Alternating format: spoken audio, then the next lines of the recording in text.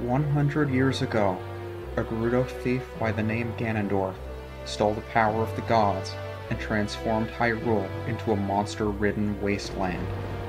By the wisdom of the sages and the courage of the hero of time, he was banished to the gap between dimensions, presumably sealed away for all time.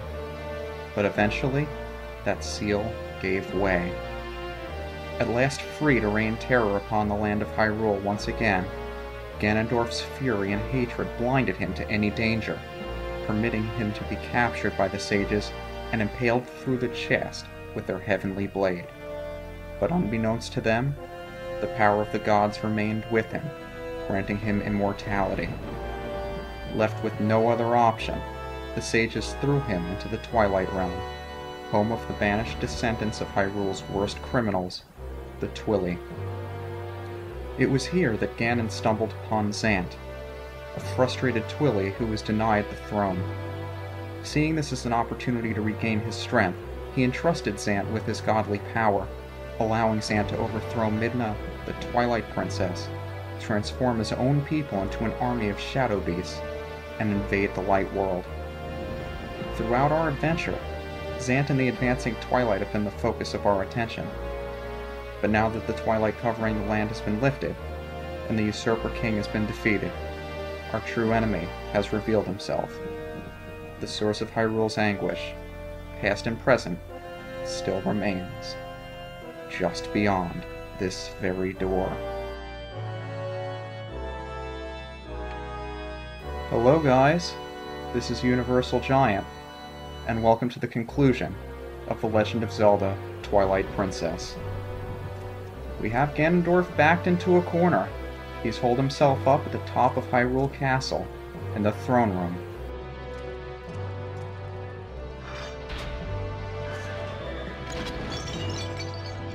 And we're the only one who can stop him.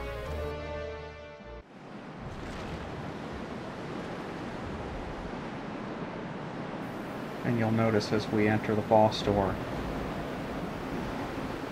we see a very familiar sign. And you'll notice once we get inside that this is the exact same throne room that Zant and his minions passed through when they captured Hyrule and the princess. I just want to take one last look at just how horrific a scene this has become since we've made our way up here. I really hope we can do something about him.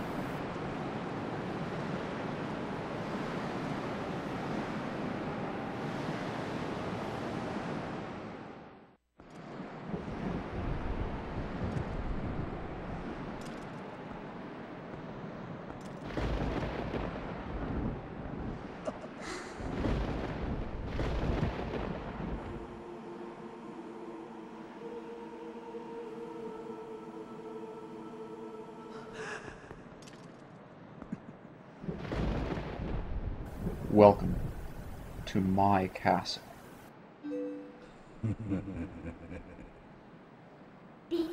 So you're Ganondorf.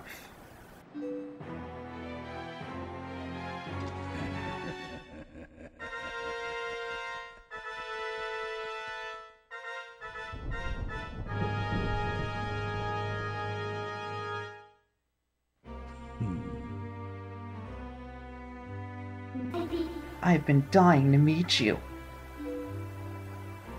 Your people have long amused me, Midna. To defy the gods with such petty magic, only to be cast aside. How very pathetic. Pathetic as they were, though, they served me well. Their anguish was my nourishment. Their hatred bled across the void and awakened me. I drew deep of it and grew strong again. Your people had some skill, to be sure, but they lacked true power.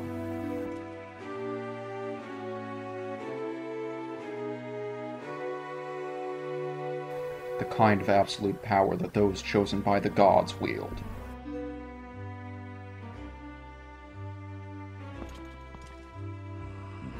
He who wields such power would make a suitable king for this world, don't you think?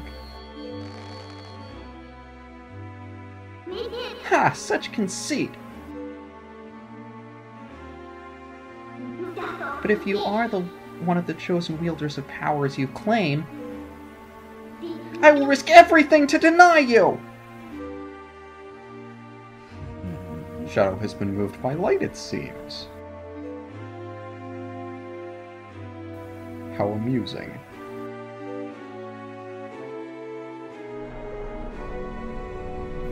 Very well. Deny me, then. Yes, try to deny me, you and your little friend.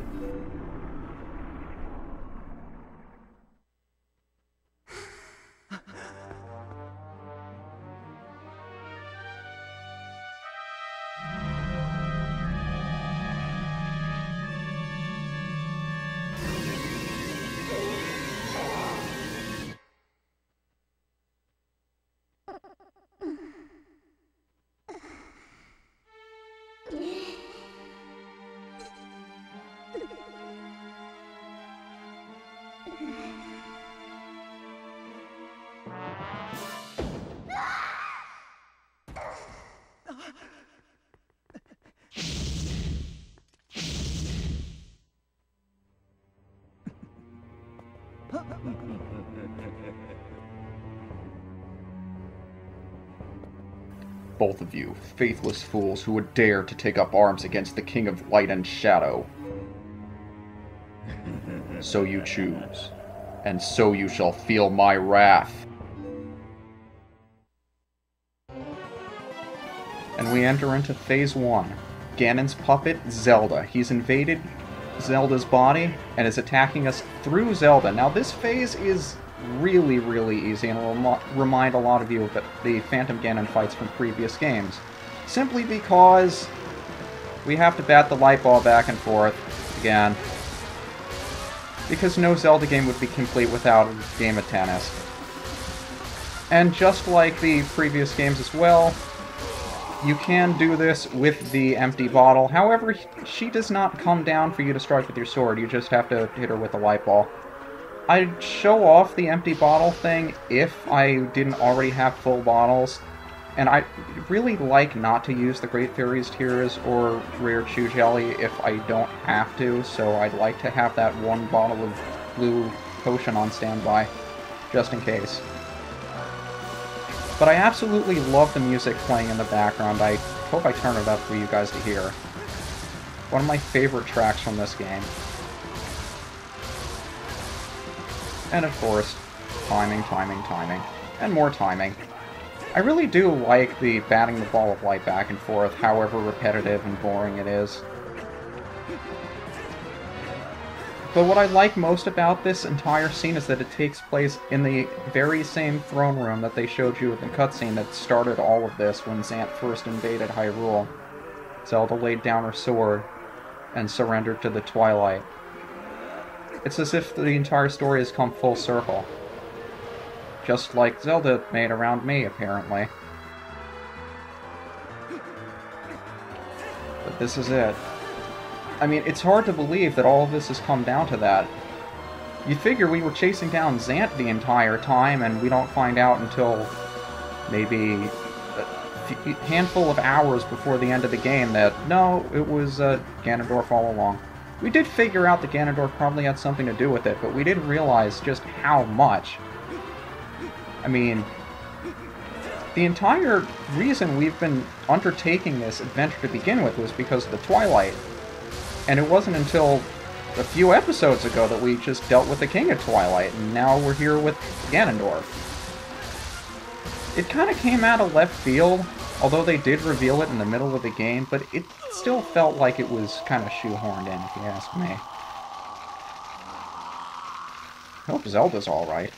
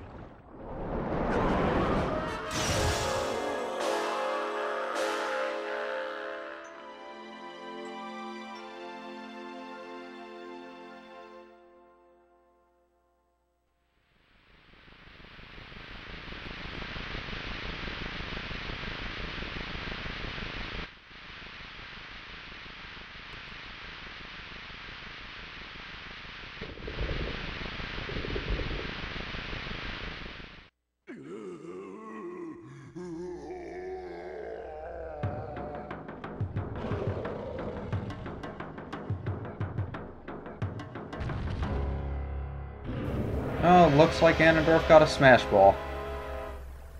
Phase 2! Dark Beast. Now, there are two parts of this fight. The one that I'm not very good at, apparently, and the other one that I'm not very good at. Runs around the arena destroying all of the columns, and eventually he'll be content just to turn around and face us, and I should probably ready my bow and arrow so I could hit him in that glowing gem that's apparently his weak spot. Because enemies in this game are really good with identifying what their weak spots are. They're always glowing and flashing, except this one isn't red for some reason. You'd think it would be red. But just swipe at his, the sword on his forehead. Yes, swipe at the sword on his forehead with your gem. I love how I haven't had the chance to record in a while, and now I have no idea what I'm talking about, and where is that bright light coming from? Oh, hey buddy, you tried to sneak up on me, and it's lagging the game. I don't appreciate you lagging the game, Ganon. But what I love most about this fight, and further stages on, the continuity. You see the bright light coming out of his torso, and the fact that it's actually weeping. You can see, I guess that would be blood. You see the white light coming out of it whenever we strike him. You'll see it fairly more often once we get further into the fight, but now he's using those teleporters, and unfortunately for him it has to turn blue when he comes out. So we just grab him like we would a goat, and Minda takes care of the rest. Throw him, please. But that scar left in the center of his belly was left there from when he was impaled by the sage's sword. I love that. They don't just give him a weak point for the sake of giving him a weak point, but it's the one that the sages dealt him, the same wound. And he didn't line up for something. I've never had that happen where he didn't actually line up with me when he exited out of the portal. That's very unusual. Very strategic. Okay, come on, Ganon, you're making me look like an idiot here. What are you doing, anyway? Why are you running around me? Attack me! I'm right here! He's not even trying, is he? I don't think he's trying. Oh, if he's not going to try, I'll have to try. I don't know about him, maybe being given the infinite power that he is, being immortal, ruling over the country of Hyrule, isn't enough for him. He just doesn't know what to do with his time. I have better things to do. I have goats to herd, goddammit.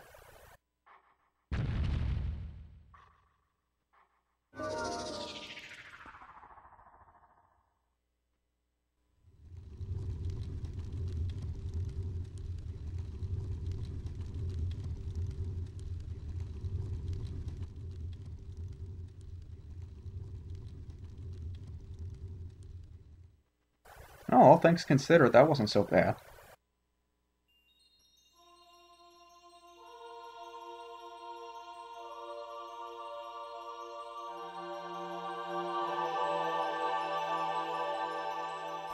And the life force that Zelda infused into Midna so she could walk through the light has finally returned to Zelda. Princess? I... Say nothing, Midna. Your heart and mine were as one, however briefly. Such suffering you've endured.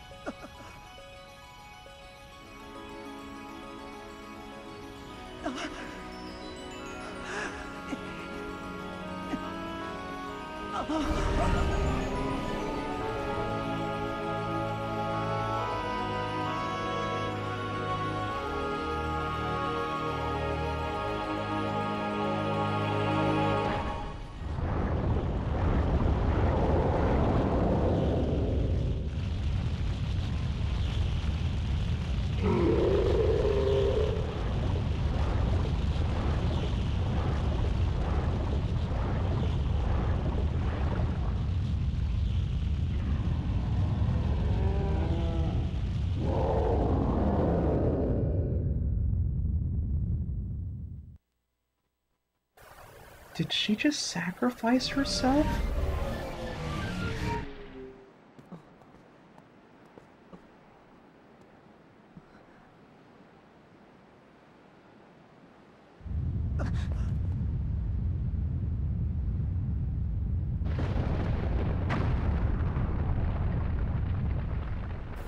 Surely nothing could have survived that.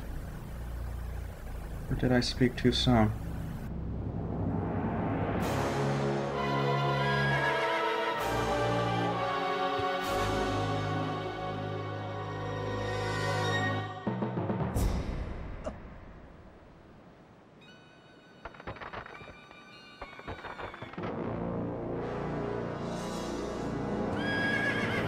Looks like this fight's far from over.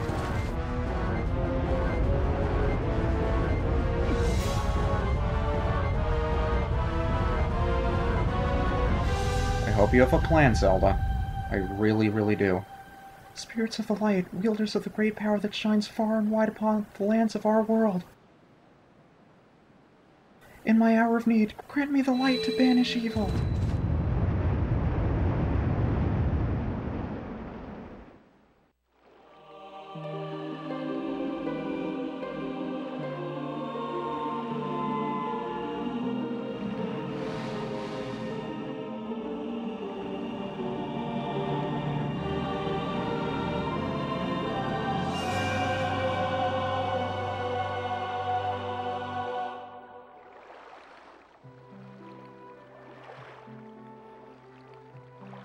Giant? Chosen hero. Lend us the last of your power.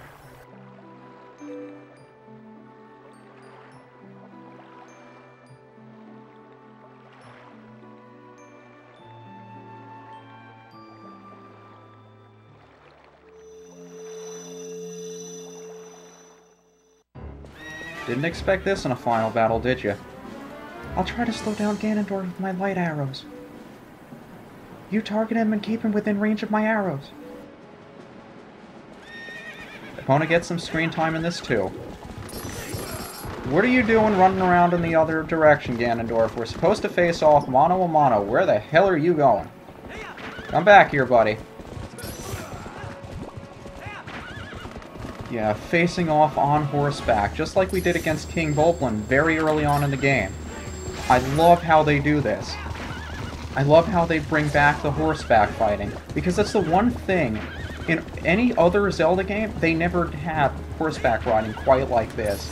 And Ocarina of Time was really the only one that came close in the respect that they had horseback riding at all. But there are very few fights like this, and even in Skyward Sword they didn't have one quite like this. And that's what I love so much about this game in general, it's that they have so many different styles of fighting. So many different styles of gameplay that they throw at you at all these different times. And Ganondorf, for goodness sake, man, if you're going to hit me, hit me. I feel like I'm a fighter pilot here. We're both trying to stay behind the other one. But yeah, when he summons his phantoms, what you want to try to do is... Holy crap! What you want to try to do is get in between them if you can see where they're going to spawn, instead of running directly into one like I just did, because they'll always knock you off. It doesn't do you too much damage, but it's annoying to have to get back on your horse. And Ganondorf, come on, buddy. There you go, you actually landed a hit on me! Congratulations! Without having to summon your stupid phantoms. But yeah, what you want to try to do is run between them. And I like to make sure Epona has at least a couple of charges in her before I actually make a run at the guy. Because you're going to have to be able to keep up with him after Zelda stuns him. And you're going to charge at me, aren't you? And of course, you're also left-handed. I should have gone on the other side and paid more attention to... Wait, wasn't he left-handed in the Wii version too? I'm confused. Ganondorf, are you ambidextrous or something? What are you doing that for, Lock-On? Oh, that's right, I'm actually holding it down. That makes sense. You know, believe it or not, between this and... what was it? between this and the Cave of Ordeals, I've actually logged a good 45 hours of Skyward Sword, so I'm used to the hold lock-on now instead of the switch.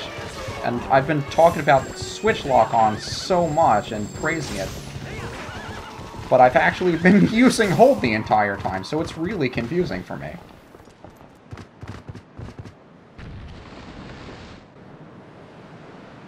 Somehow I have a feeling this isn't the end of the fight either.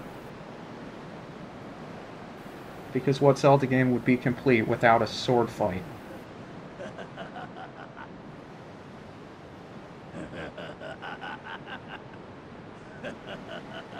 Do you normally laugh when you get your ass handed to you? An impressive-looking blade, but nothing more. Would you hear my desire? To take this foul blade and use it to blot out the light forever.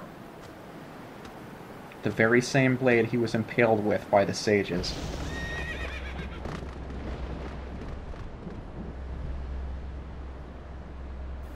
And we enter the final battle against the Dark Lord Ganondorf. Do I have my arrows? Sorry, just a little bit of business I have to take care of first. The easiest way to win this fight is to spam the backslice, like nobody's business. Because the one thing he can't defend, just like the Dark Nuts, he doesn't know the first thing about defending against the backslice. So just continue to loop around him like you don't know any other way to fight, and you'll eventually win. It really is that simple. But I'd also like to show off one little bit of an Easter egg. Ganondorf, do you mind? I've got a pretty fishing rod. Ganondorf. Apparently Ganondorf doesn't like fishing today. And apparently I forget that I have a shield. And I tried to take a chance there. I've never actually chanced it before. But the easiest thing to do is just to spam the backslice. The two things I would like to show off before the end of this fight are the fishing rod and the chance. Ganondorf, fishing rod. There you go. He took the bait! And he's open to attack. I don't know how many other games do something like that, where he's just so distracted by a very weird weapon that you can actually do that. But I always love that sort of thing. Because you have to figure, it's like bringing a knife to a gunfight. But what are you doing showing off your fishing rod here, man? But come on, can you give me a chance? See if I can get the chance. There we go. I've never actually tried this, but if you get the chance in and you mash the A button repeatedly enough, it'll lower his defenses for a couple of seconds, allowing you to get a couple of good shots in.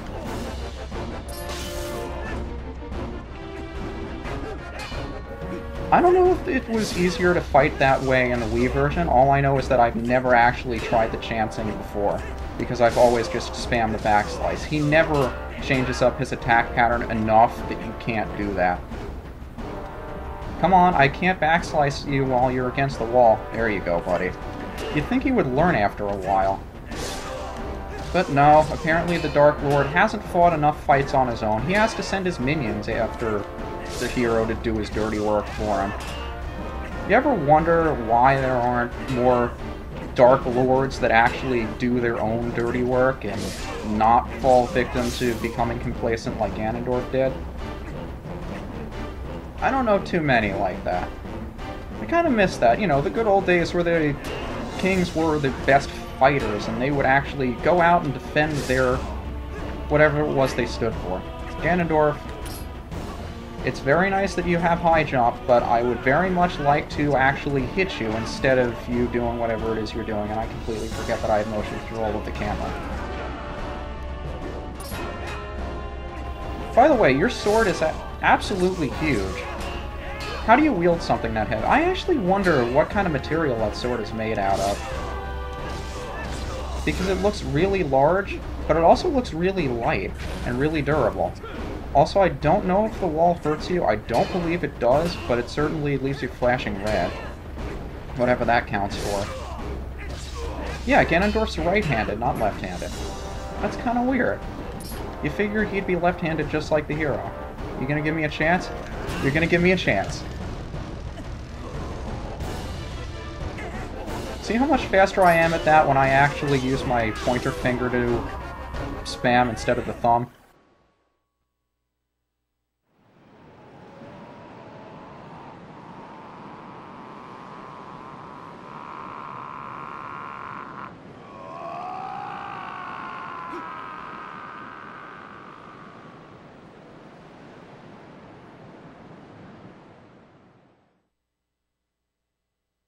Now, I know he survived impalement by the Sage's Blade, but that was the Master Sword, and by God, it's still lodged in his chest.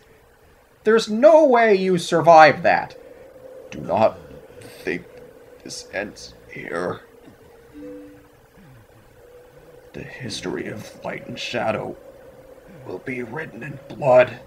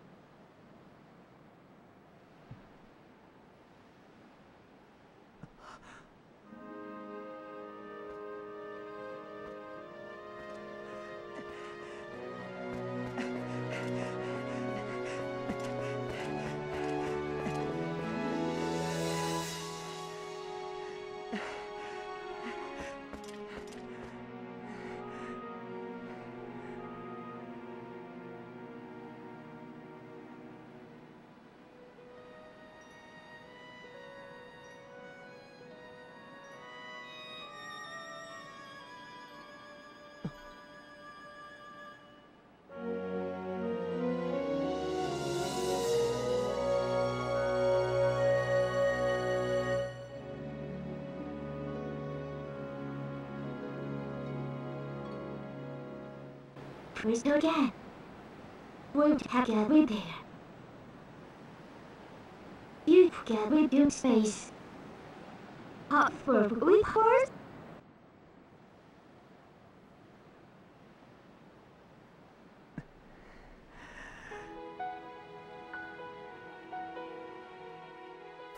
And with that, our adventure reaches its end.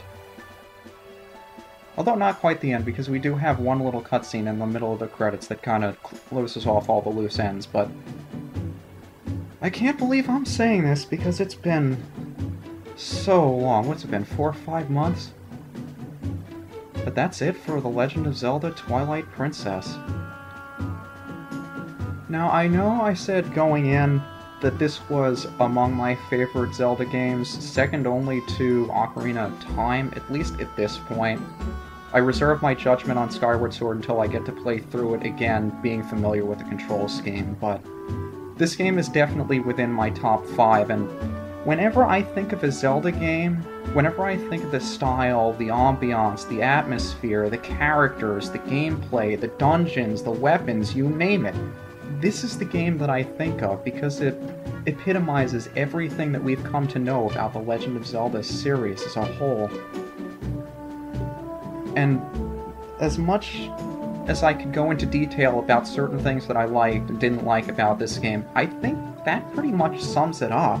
I mean, this is a Legend of Zelda game. As far as what I'm going to be doing after this, I've gotten a lot of questions, especially about Skyward Sword, and I'm going to say right now, there are a lot of reasons why I'm not going to be doing it in the near future being at least 6 months. But suffice to say, it just came out. I want to give people time to enjoy it for themselves, especially since I know a couple of people are going to be obeying the 3-month rule and starting Let's Plays of that in a few months anyway. So I don't really see the point. And I'm not going to be doing another Zelda game for quite a while. I mean, I've already done Ocarina of Time Master Quest, I've done Wind Waker, I've just done Twilight Princess. I'm kind of Zelda'd out, you know? I mean, there are a lot of other games besides Zelda games that I want to get to. Quite a few, actually. That doesn't mean I'm not going to get to them ever. It just means I want to give myself a little time to explore other options, get a feel for other games, you know? I mean, you can only play the same type of game for so long, and as different as you'd like to think a lot of the Zelda games are, they do feel very similar. And I don't want to do another game like this an injustice simply because I'm coming off of Twilight Princess right now and it feels like I'm doing the same thing. So yes, I do plan to do 2 different Let's Plays alongside each other, hopefully paced about the same. And the only hint I'll give you as to what games those are, you've seen me play them before. Now you can see Colin and the rest of the kids finally getting that wagon out of Kakariko Village and heading back to Ordon. But they show all of the people that we've helped, everyone's lives who we've touched. Rallis and Rotella, the Zoras.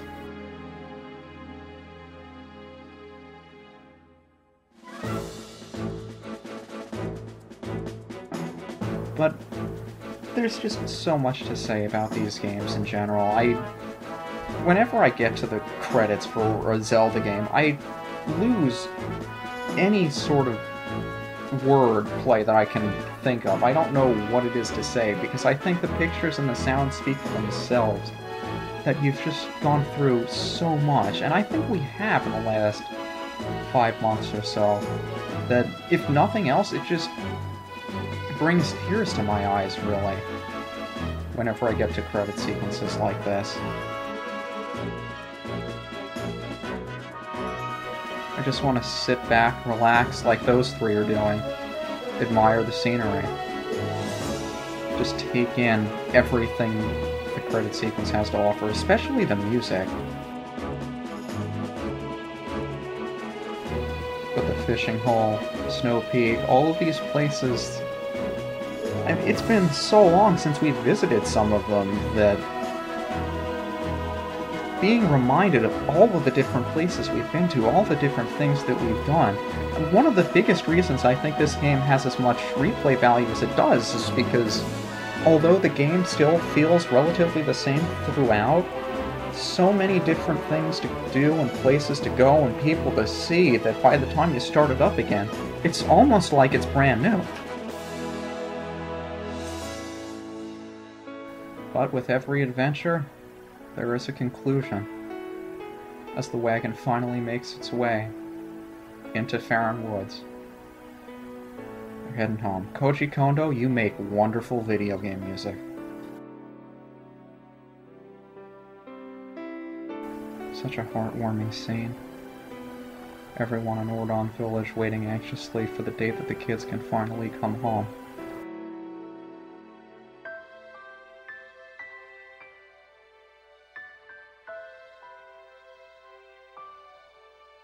And so there's a happy reunion after all.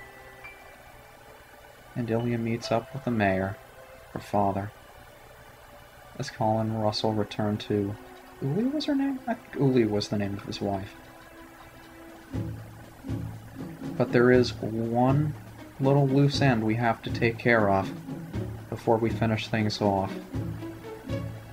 Because deep in the Gerudo Desert, although we've destroyed Zant and Ganondorf, the portal between the Light and Twilight realms remains open.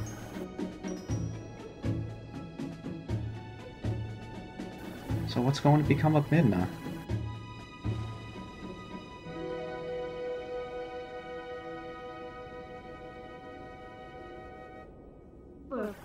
Well, I guess this is farewell, huh? Light and shadow can't mix, as we all know.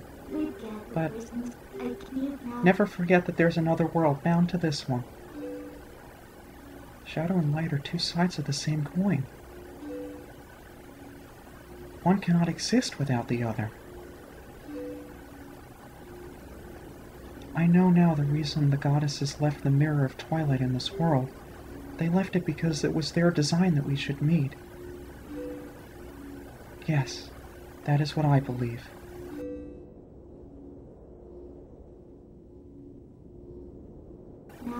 Zelda, your words are kind and your heart is true. If all in Hyrule are like you, then maybe you'll do all right.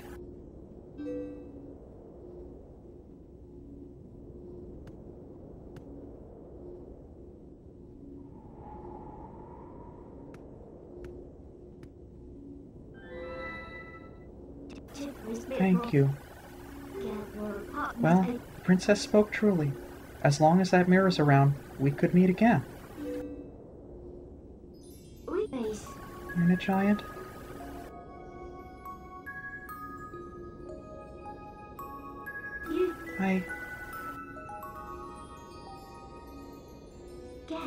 See you later.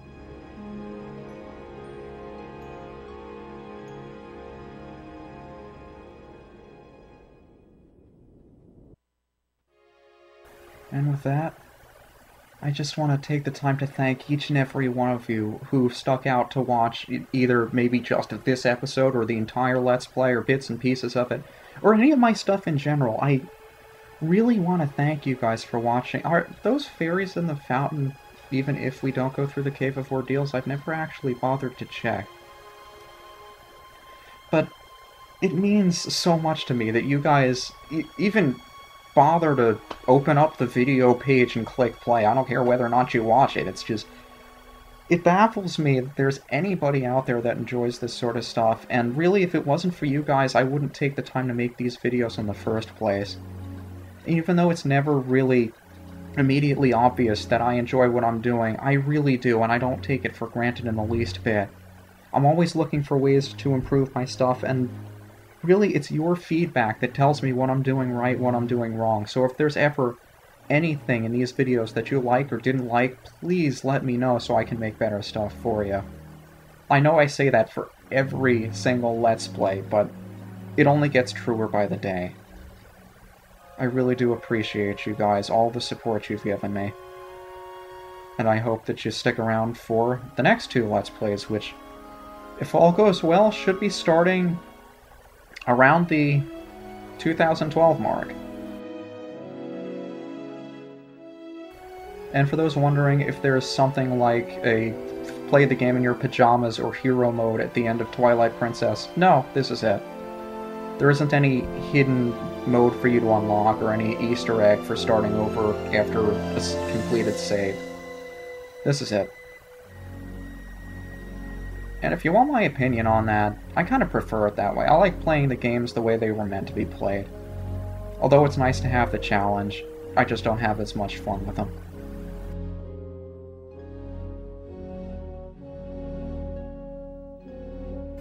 Just one last look at the Sacred Grove, the resting place of the Master Sword, its purpose fulfilled.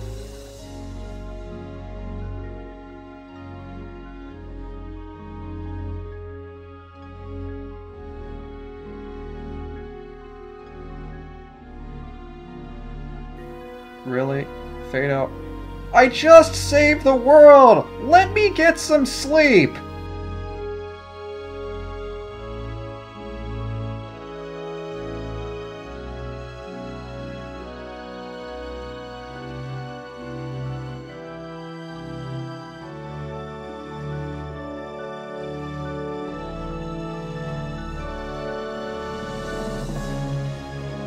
Well, I guess we have to get home before we can get some sleep. But still, Fado, come on! I haven't even gotten home yet and you want me to go work for you. Seriously!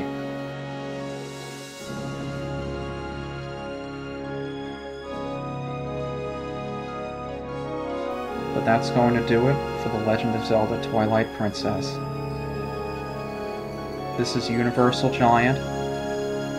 As always, thank you so much for watching, and I'll see you guys next time.